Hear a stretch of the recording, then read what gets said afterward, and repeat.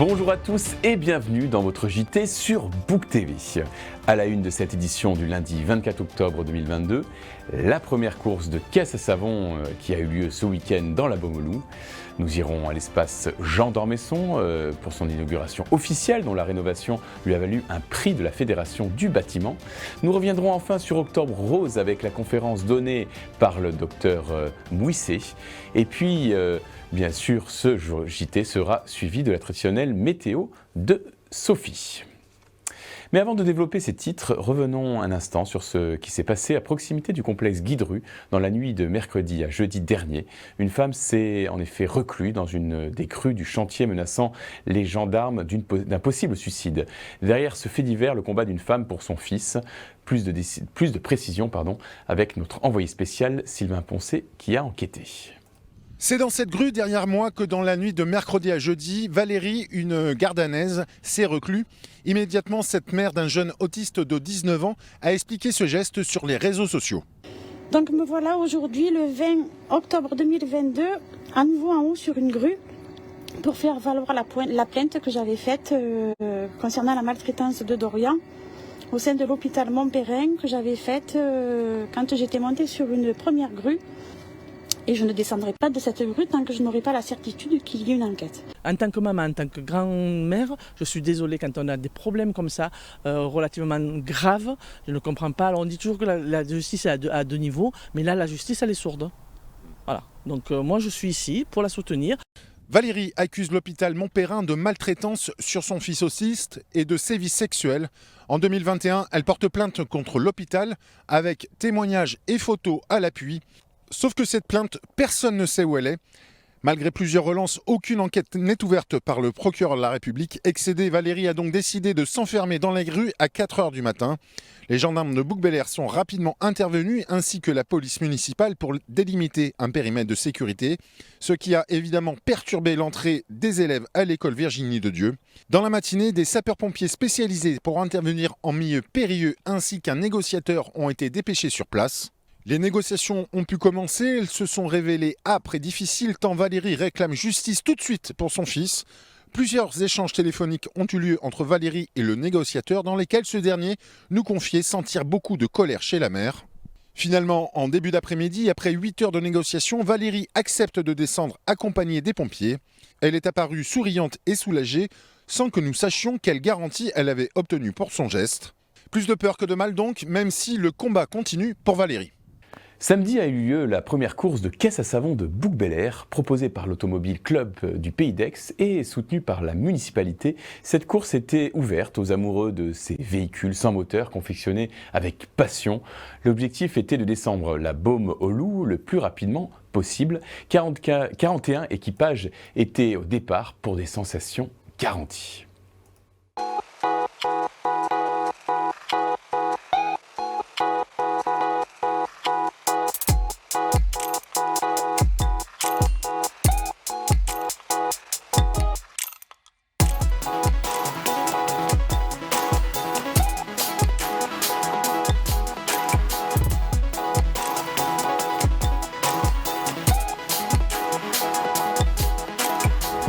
À partir du moment en fait, où on a pris connaissance de la course qui se passait à Bouc-Bel-Air, étant bouquin depuis toujours, avec mon frère qui est là, qui fait Marty McFly, nous avons décidé d'acheter une base d'un tracteur tondeuse et pendant 2 mois on l'a confectionné pour être prêt pour aujourd'hui. Donc on a travaillé dessus jusqu'à hier pour arriver à la faire, qu'elle soit prête pour la compétition.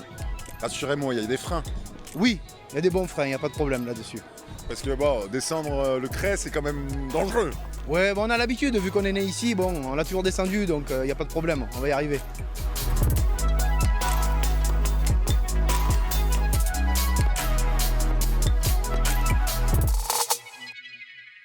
Je trouvais que de faire quelque chose comme ça, un événement ludique, vraiment convivial, après les 2 années de Covid qu'on a passées, où on a vraiment été éloignés les uns des autres, sans lien social et tout. Donc là, c'était vraiment l'occasion, par cette course de caisse à savon, de pouvoir se retrouver, de créer du lien entre les entreprises, parce qu'on est des entreprises qui ont créé des caisses spécifiquement pour cet événement-là. Il y a des particuliers aussi. Vraiment un événement festif et convivial.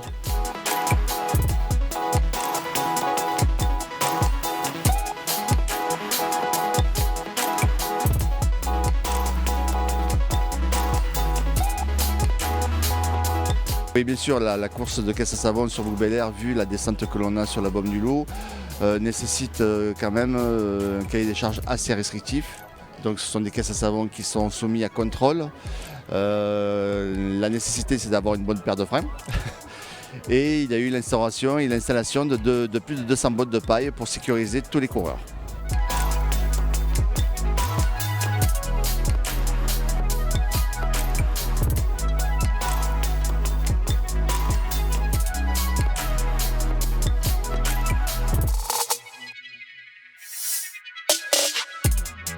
Les parcours très sympa, très sympa. Dommage qu'il n'y a pas comme à la télé des petits tremplins, mais franchement c'est une belle descente et les descentes très fortes aussi. Il faut faire attention, donc il y a beaucoup de sécurité à prendre quand même.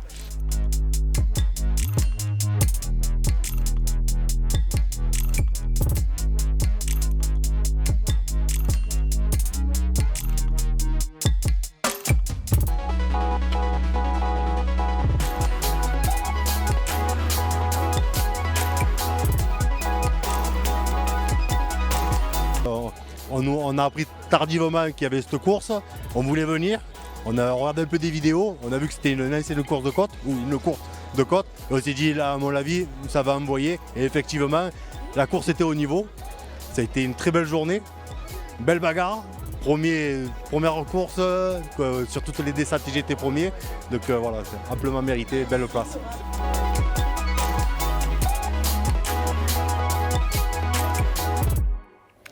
Vendredi était inauguré officiellement l'espace culturel Jean d'Ormesson, rénové il y a un peu moins d'1 an grâce au financement du département représenté pour l'occasion par Amapola Ventron.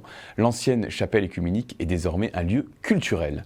À cette occasion, la délégation de la Fédération du bâtiment et des travaux publics des Bouches-du-Rhône est venue remettre à la municipalité un prix pour la qualité de la rénovation et les rubans du patrimoine. Les invités ont également pu profiter d'un concert de jazz sous la houlette d'Henri Bonifay. Nous y étions.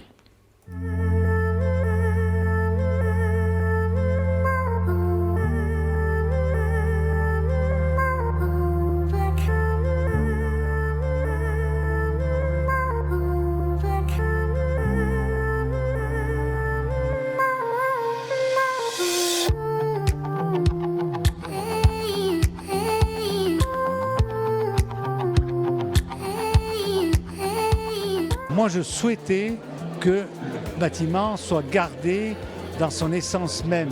Ça fait partie du patrimoine, ça fait partie d'une architecture un peu spéciale. Voilà.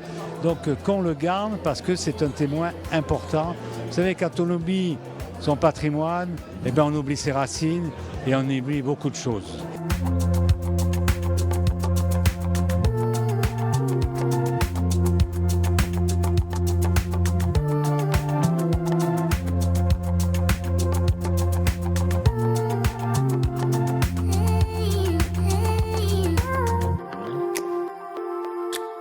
C'était un bâtiment qui a été conçu dans les années, je ne voudrais pas dire de bêtises, mais dans les années 60. Donc du coup, on était à des années-lumière des normes actuelles. Donc il fallait conserver l'aspect de l'époque tout en ayant les performances actuelles. Donc c'est très compliqué. Donc là, la réalisation est parfaite, on peut le dire.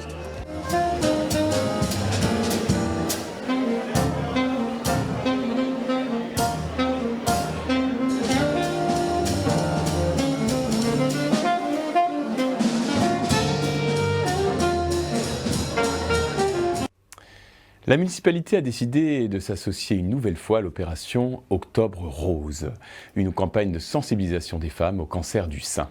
Pour cela, elle a invité le docteur Jean-Loup Mouisset, directeur du centre de ressources, association de soutien aux personnes atteintes du cancer. Le docteur a pu donner une conférence dans la salle Charles Aznavour, qui a été suivie d'un concert et d'un cocktail festif. Nous y étions.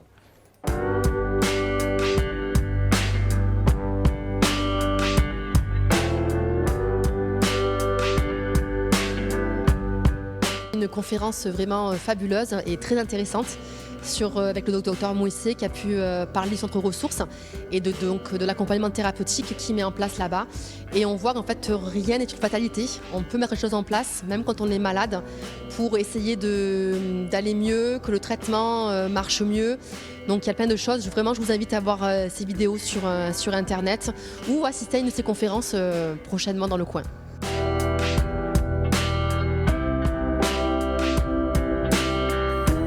On peut vraiment vivre en santé alors qu'on est atteint d'un cancer. L'exemple typique, c'est celui que je donne de Nicole, qui a eu un cancer du sein, métastatique, il y a 10 ans, et qui depuis 8 ans n'a plus aucun traitement. Mais j'ai d'autres exemples de gens qui ont toujours un traitement et qui ont une vie quasi normale, alors qu'ils sont métastatiques, mais ils vivent depuis des années. J'ai même une patiente qui a fait le premier programme il y a 10 ans. Ça fait 16 ans qu'elle est en traitement, elle était institutrice, elle travaille toujours et elle n'a jamais arrêté. Donc elle vit avec la maladie, mais en réalité elle a une vie. Elle n'est pas assistée, elle vit une vie quasi normale.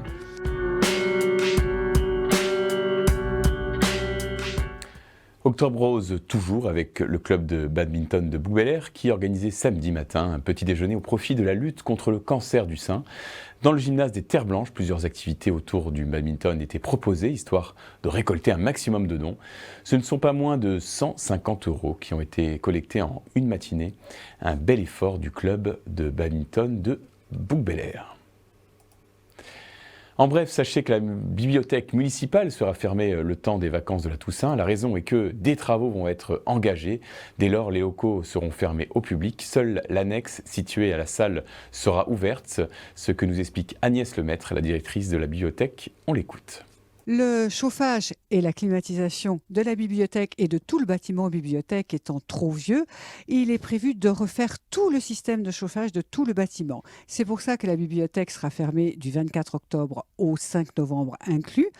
Pendant ces vacances de la Toussaint, nous allons ouvrir exceptionnellement l'annexe de la salle pour permettre à tous les lecteurs qui n'auraient pas prévu et n'auraient pas de stock de lecture chez eux de venir emprunter des livres. La boîte retour sera fermée, au contraire, on vous demandera à tous de garder tous les documents que vous avez empruntés. On vous retrouvera donc au chaud le 7 novembre, aux horaires habituels. Nous espérons que vous passerez de bonnes vacances. Voilà, c'est tout pour cette semaine. Dans un instant, la météo de Sophie. Belle semaine à tous.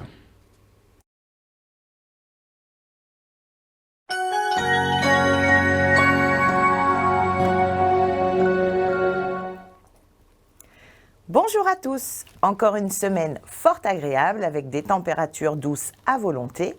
Aujourd'hui c'était plutôt couvert mais la douceur est toujours bien présente et il semblerait qu'elle n'ait pas envie de partir pour notre plus grand plaisir. On regarde sans plus attendre les prévisions de cette semaine. On commence par mardi. Le ciel sera chargé de nuages mais le soleil arrivera à percer de temps en temps une atmosphère lourde car nous sommes 5 degrés au-dessus des normales saisonnières. Regardez les températures, 16 degrés le matin et 26 degrés l'après-midi. Nous fêterons Saint Enguerrand. Su Hui, un sage chinois, nous offre cette citation remplie de plénitude. Si l'on puise souvent de l'eau dans un puits, il ne manque pas de se troubler. Plus le cœur agit, plus il se trouble. Mercredi, pas de changement, un soleil voilé par les nuages, mais pas de pluie ni de vent. On aura encore de belles températures, toujours au-dessus des normes de saison, avec 16 degrés le matin et 26 degrés pour un bel après-midi. Pensez à embrasser les Dimitri. On retrouve William Shakespeare pour cette citation « Sois familier mais aucunement vulgaire », une notion à rappeler encore de nos jours. Jeudi, on restera dans le même scénario avec un ciel alternant nuages et soleil, une atmosphère toujours chaude puisqu'il fera toujours 16 degrés le matin et 26 degrés l'après-midi. Les Emmelines seront à l'honneur ce jeudi. Une citation qui nous vient de Christian Dior, célèbre couturier français. « Un petit verre de vin d'Alsace, c'est comme une robe légère, une fleur de printemps, c'est le rayon de soleil qui vient égayer la vie. » Une belle poésie qui permet de déguster un verre de vin et sans culpabilité. Vendredi, rien ne change, soleil, nuages et lourdeur restent implantés pour ce vendredi. On débutera la matinée avec les fameux 16 degrés que nous avons depuis le début de la semaine et toujours les 26 degrés de l'après-midi. Il faudra fêter Saint-Simon. Une citation de Jean-Jacques Rousseau pour clore cette semaine. Il y a des visages plus beaux que les masques qui les couvrent. Notre week-end, plein soleil pour ces 2 jours à Bouc-Bel-Air. Les températures resteront chaudes et toujours 6 degrés au-dessus des normales de saison, puisqu'elles varieront entre 14 et 27 degrés. Profitons encore de la douceur de cette semaine. N'oubliez pas de changer vos montres et horloges dans la nuit de samedi à dimanche. On recule d'1 heure pour passer à l'heure d'hiver. Bonne semaine à tous et à lundi pour un nouveau bulletin météo.